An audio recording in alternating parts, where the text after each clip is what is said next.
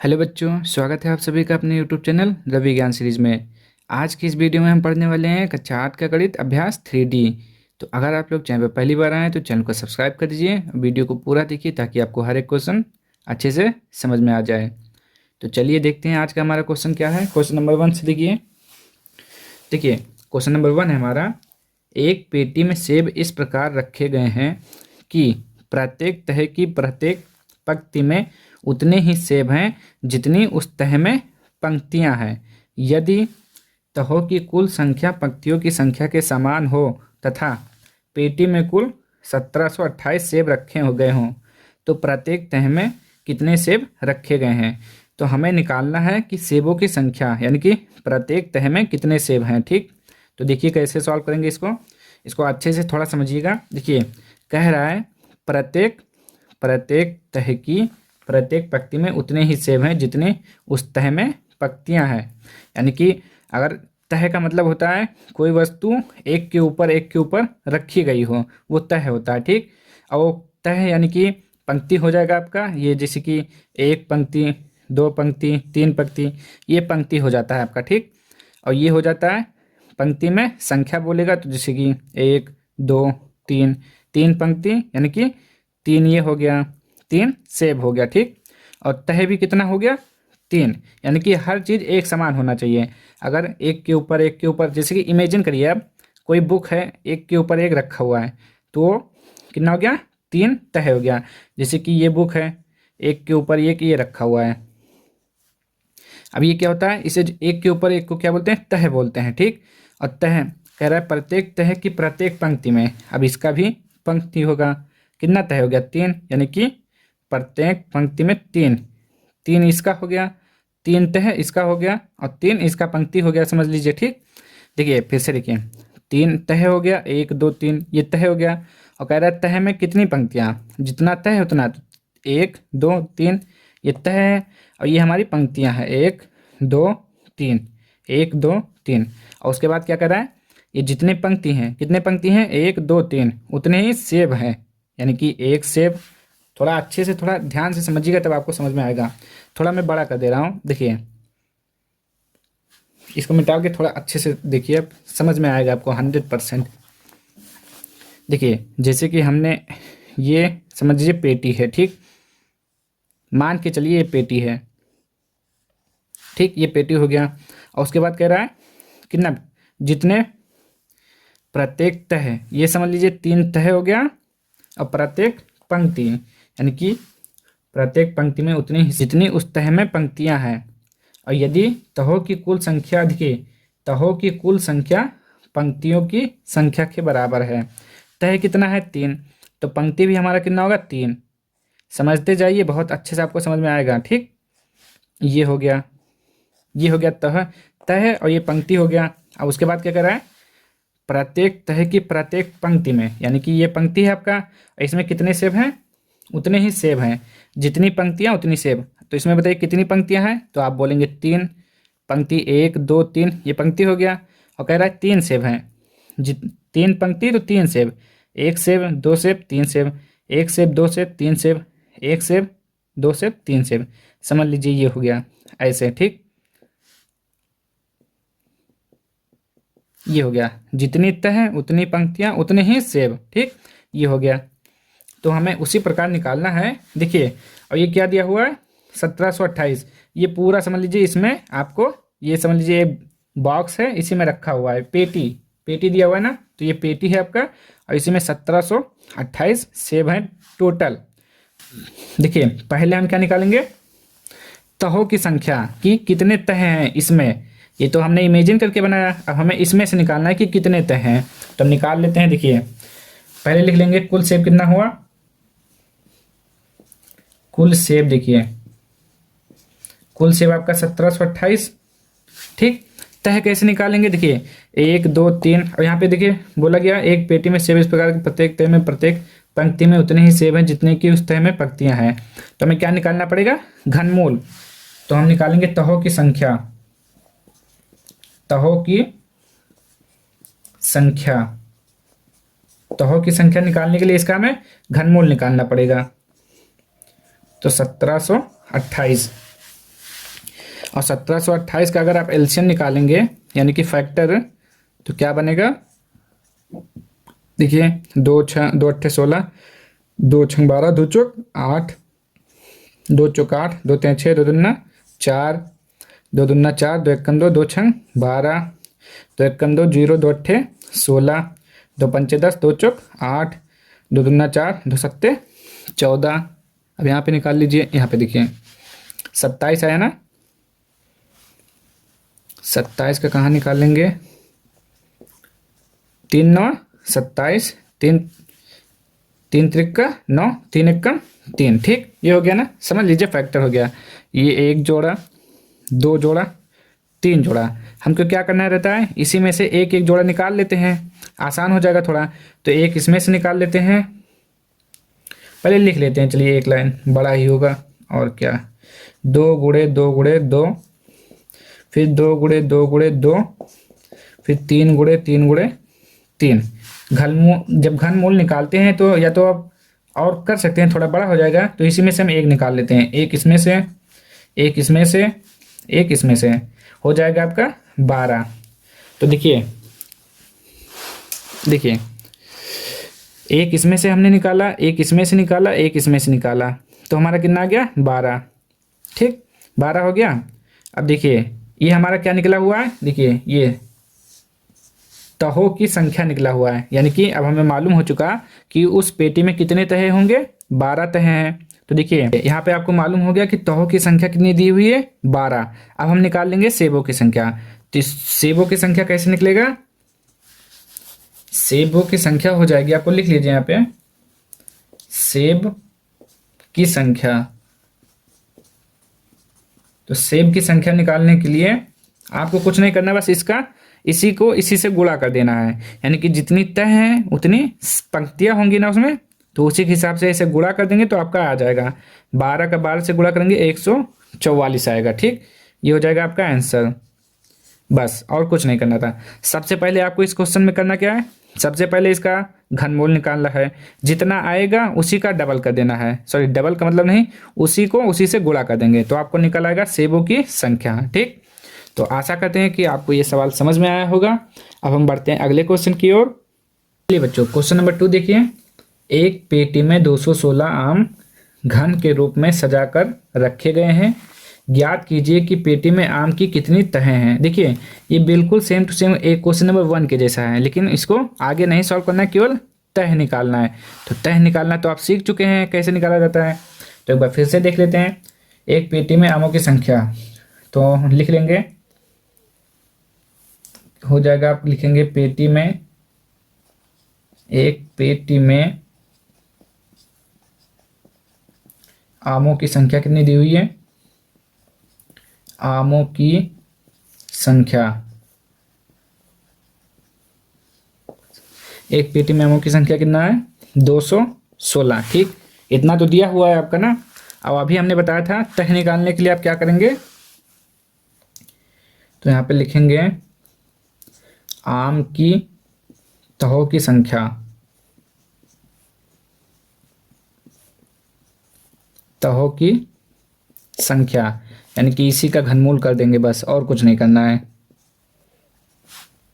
चलिए निकालिए 216 का, 2 से काटिए, 2 एकम 2 0, 2 अट्ठे 16, 2 पंचे 10, 2 चौक 8, 2 दूना 4, 2 सत्ते 14, 3 9 27, 3 त्रिक 9, 3 एकम 3, ठीक, ये हो गया ना। लिख लेते हैं 2 × 2 × 2 × 3 × 3 × 3, निकाल लेते हैं इसको पूरा, हो जाएगा 2 के पावर में 3, 3 के पावर में 3, ठीक, आगे क्या होगा 2 × 3 का पावर में 3, ये जब हटेगा घनमूल तो यहाँ पे 1/3 हो जाएगा, ये इससे कट जाएगा, 3 दूना 6। तहों की संख्या कितनी हो गई, देखिए तहों की संख्या कितना हो गया 6, ठीक, बस यही आपका आंसर हो गया। अगर आपसे इसमें भी पूछता कि तहों प्रत्येक तह में आमों की संख्या, तो क्या करते, इसी को इसी से गुणा कर देते तो 36 आ जाता, ठीक। चलिए क्वेश्चन नंबर 3 देखिए क्या लिखा हुआ है, एक संदूक में चाक के डिब्बे घन के रूप में रखे गए हैं। यदि कुल डिब्बों की संख्या 2744 हो तो संदूक में एक तह में चाक के कितने डिब्बे हैं। ये बिल्कुल एक क्वेश्चन नंबर 1 के जैसा क्वेश्चन हुआ है। ठीक, पहले आपको निकालना पड़ेगा, तह निकालना पड़ेगा, उसके बाद फिर डिब्बों की संख्या। तो सबसे पहले हम निकाल लेते हैं। तो देखिए पहले लिख लेते हैं हम जो दिया हुआ है कुल डिब्बों की संख्या। तो आप लिखेंगे कुल डिब्बों की संख्या। पहले जो दिया हुआ है उसको आप पहले लिख लीजिए, कुल डिब्बों की संख्या। ठीक, कुल डिब्बों की संख्या कितना दिया है, 2744। ठीक, ये आपका दिया हुआ है डिब्बों की संख्या। हमें निकालना क्या है, सबसे पहले हम निकालेंगे तह निकालेंगे। ठीक, तो तहों की संख्या बराबर क्या होता है, तहों की संख्या, तहों की संख्या हो जाएगा आपका इसी का घनमूल, यानी कि क्यूब रूट हो जाएगा, इसको बोलते हैं क्यूब रूट। ठीक, अब देखिए क्या करना पड़ेगा, 2744 यहाँ पे लिखिए, 2744, 2 से काटिए, 2 एकम 2, 2 3 6, 2 7 14, 2 दूना 4, 2 छंग 12, 2 अट्ठे 16, 2 छंग 12, 2 3 6, 2 चौक 8, 2 3 6, 7 से कटे गए, 7 चौक 28, 7 9 63, 7 सत्ते 49, 7 एकम 7, यानी कि ये बन गया इसका जोड़ा। ठीक, यानी कि ये देखिए कितना आएगा, एक, देखिए यहाँ पर लिख लेते हैं, 2 गुणे 2 गुणे 2 गुणे 7 गुणे 7 गुणे 7, ये हो जाएगा आपका। ठीक, अब हम क्या करते हैं, इसी का लिख लेते हैं 2 के पावर में क्यूब, 7 के पावर में, 7 के पावर में क्यूब। ठीक, पावर ये देखिए 3 है इसलिए 3 हमने लिखा। उसके बाद क्या करेंगे, अब लिखेंगे 2 इंटू 7 के होल पावर में 3, क्योंकि जब ब्रैकेट ओपन करेंगे तो फिर से इसी पे आ जाएगा, तो कोई दिक्कत है नहीं। अब देखिए जब इसको हटाएंगे तो 1/3 के रूप में हो जाता है, आपको मालूम है, इससे इसे कट जाएगा, आपका आएगा 14, यानी कि तह कितना है आपका 14। ठीक, देखिए तह आपका कितना दिया हुआ है 14। अब हमें क्या निकालना है, तह में चाक के डिब्बों की संख्या। तो निकाल लेते हैं, संदूक में एक तह में चाक के डिब्बों की संख्या। तो लिख लीजिए पूरा आप, संदूक, संदूक, संदूक में एक तह में, संदूक में एक तह में चाक के डिब्बों की संख्या, डिब्बों की संख्या, डिब्बों की संख्या। यहाँ पर एक मत लिखिए, अच्छा नहीं लग रहा। संदूक में प्रत्येक, प्रत्येक तह में चाक के डिब्बों की संख्या। ठीक, क्या करना रहता है, जो तह आता है उसी का में उसी से गुणा कर देंगे। ठीक, गुणा कर देना पड़ता है। ठीक, अब आ जाएगा हमारा 196, क्योंकि 14 का वर्ग 196 होता है, यही आपका आंसर हो जाएगा। देखिए ये बिल्कुल आपका क्वेश्चन नंबर 1 के जैसा था। ठीक, पहले आपको तह निकालना पड़ेगा, तह के बाद उसी को गुणा कर देंगे तो आपके डिब्बों की संख्या आ जाएगी। ठीक, चलिए क्वेश्चन नंबर 4 देखिए क्या लिखा हुआ है, एक शोरूम में कांच के रंगीन घन एक दूसरे से सटाकर इस प्रकार रखे गए हैं कि वे एक बड़े घन का आकार ले लेते हैं। यदि इस प्रकार रखे गए रंगीन घनों की कुल संख्या 512 हो तो ज्ञात कीजिए कि रंगीन घनों की कितनी तहों से उक्त घनाकृति बनी है। यानी कि इसमें आपको करना क्या रहेगा, तहों की संख्या निकालना है। देखिए कह रहा है कि कांच के रंगीन घन एक दूसरे से, मतलब एक दूसरे से सटा कर रखे गए हैं और वे एक बड़े घन का आकार ले लेते हैं। तो इस प्रकार रंगीन घनों की कुल संख्या टोटल हो जाता है 512। तो हमें निकालना है इसमें से कि रंगीन घनों की कितने तहों से वो घनाकृति बनी हुई है। तो आपको मालूम है तहों की संख्या कैसे निकाला जाता है, आपने अभी तक 1 2 3 सब क्वेश्चन में निकाल चुके हैं। तो एक बार फिर से भी देख लेते हैं। पहले आप लिखेंगे रंगीन घनों की कुल संख्या, जो डाटा दिया हुआ है पहले उसको लिख लीजिए, रंगीन घनों की कुल संख्या, कितना दिया हुआ है, रंगीन घनों की कुल संख्या। 512। ठीक, हमें क्या निकालना है? रंगीन घनों की तहें। तो आप लिखेंगे तहों की कुल संख्या क्या हो जाएगी? रंगीन घनों की तहों की संख्या।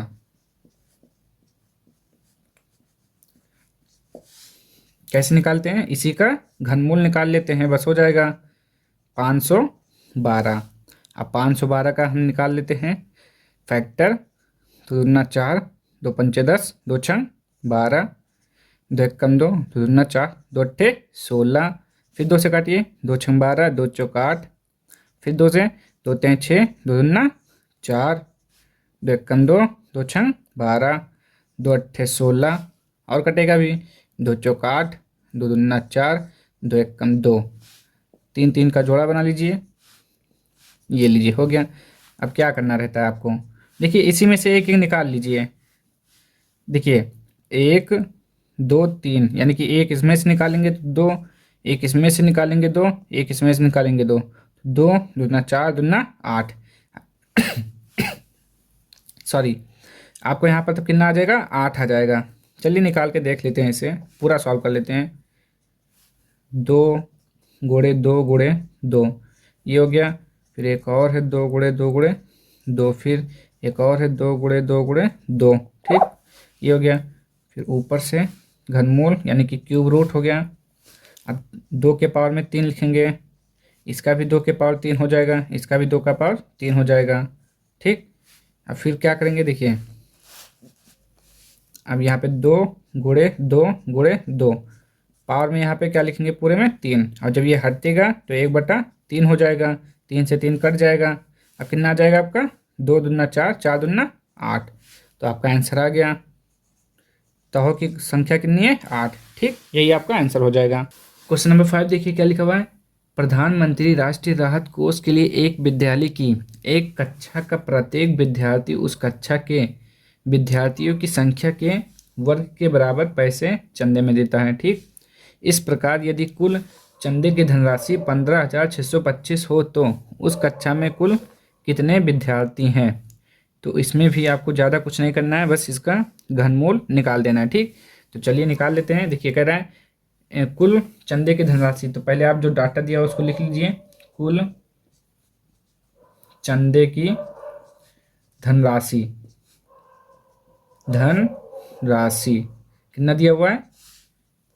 15,625। ठीक, हमें निकालना क्या है? कुल विद्यार्थियों की संख्या।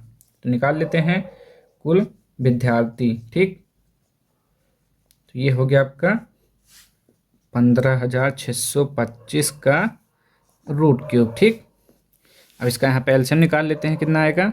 यानी कि फैक्टर। 5 से काटिए, 5 तें 15, 5 एकम 5, 5 दूना 10, 5 25।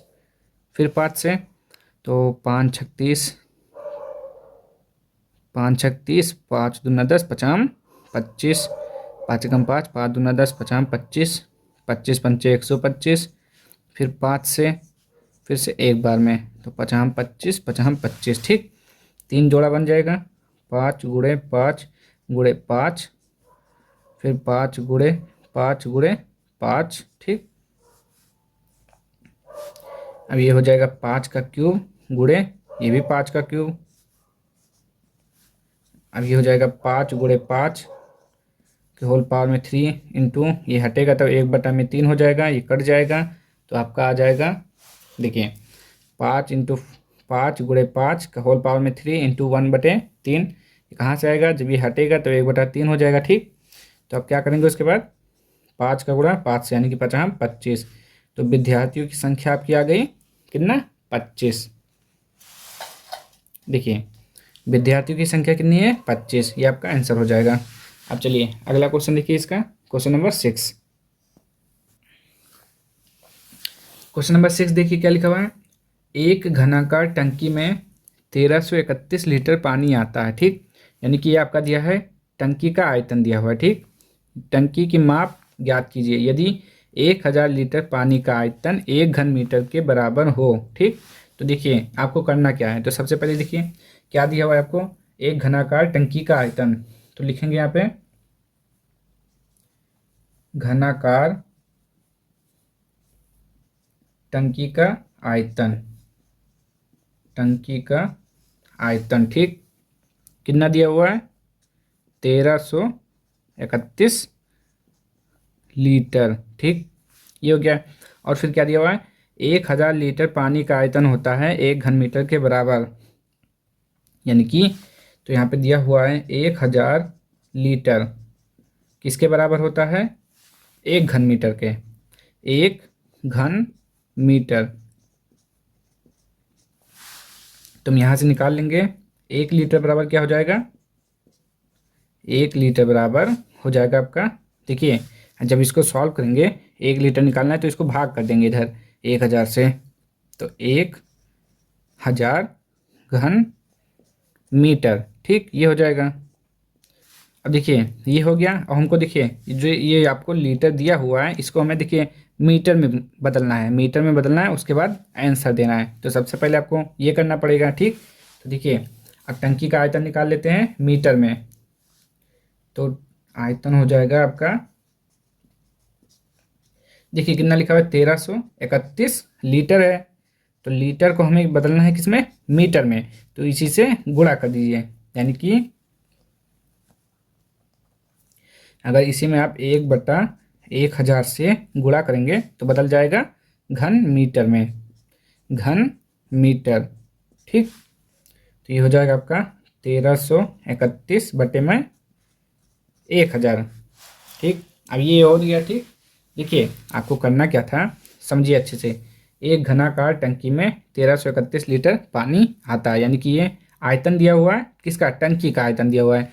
और टंकी की माप ज्ञात करना है, यानी कि एक भुजा, ठीक। और ये दिया हुआ है यदि 1000 लीटर पानी का आयतन 1 घन मीटर के बराबर हो।